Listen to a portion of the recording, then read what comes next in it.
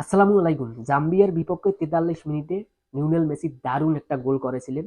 গোলটা করার পরে আবার ৫০ মিনিটে আর্জেন্টিনা একটা পেনাল্টি পান। পেনাল্টিটা পাওয়ার পরে আসলে অনেকের মতো আমারও মনে হয়েছিল যে এই শটটা আসলে লিওনেল মেসি নেবেন, অথবা যদি তিনি না নেন তাহলে যে কোনো অ্যাটাকারকে দিয়ে শটটা নেওয়াবেন।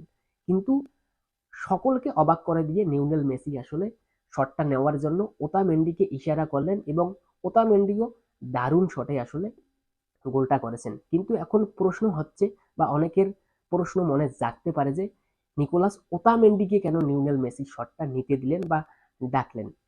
এর উত্তরটা খুবই সহজ।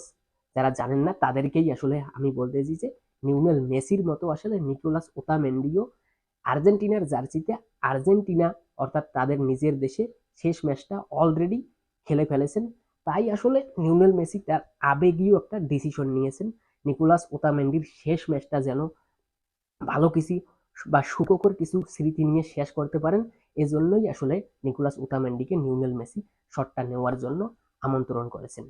এই ব্যাপারটা দেখার পরে আমার ব্যক্তিগতভাবে মনে হয়েছে যে আমরা যারা বিভিন্ন প্রকার প্রতিষ্ঠান বা পরিবার হোক, যারা লিডারশিপের দায়িত্বে থাকি, তারা আসলে মেসির এই ব্যাপারটা দেখে বা লিডারশিপের এই গুণটা দেখে কিছুটা হলেও অনুপ্রাণিত হতে পারি বা কিছু একটা শেখার আসলে চেষ্টা করতে পারি।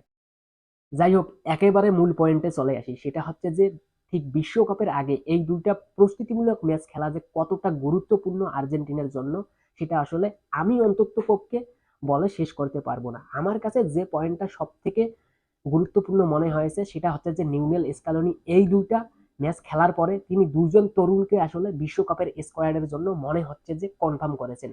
তার মধ্যে একজন হচ্ছে নিকোপাস এবং অপরজন হচ্ছে ভ্যালেন্টিন বার্কো। আমার মনে হচ্ছে এই দুজন কনফার্ম বিশ্বকাপের স্কোয়াডে আসলে থাকবেন এবং থাকার মতো পারফরমেন্স তারা করেছেন। সর্বশেষ যে পয়েন্টার জন্য আসলে এই ভিডিওটা তৈরি করেছি সেটা হচ্ছে যে 2026 বিশ্বকাপে আর্জেন্টিনার সম্ভাবনা আসলে ঠিক কতটুকু। এই ফ্রেন্ডলি উইন্ডোতে আসলে প্রায় সবগুলো দল আসলে প্রস্তুতিমূলক দুইটা করে ম্যাচ খেলেছেন। সেই ম্যাচগুলো প্রায় ম্যাচগুলো যেগুলো গুরুত্বপূর্ণ ছিল সবগুলোই দেখেছি। দেখার পরে আমার মনে হয়েছিল যে আর্জেন্টিনাকে বিট করার মতো দল বা আর্জেন্টিনা দল সমীহ করবে এমন দল আসলে খুব বেশি নেই। আমার কাছে একটা দলই খুঁজে পেয়েছি বলে মনে হয়, সেটা হচ্ছে যে আর্জেন্টিনা সমীহ করবে বা আর্জেন্টিনাকে বিট করার মতো দল একমাত্র ফ্রান্স।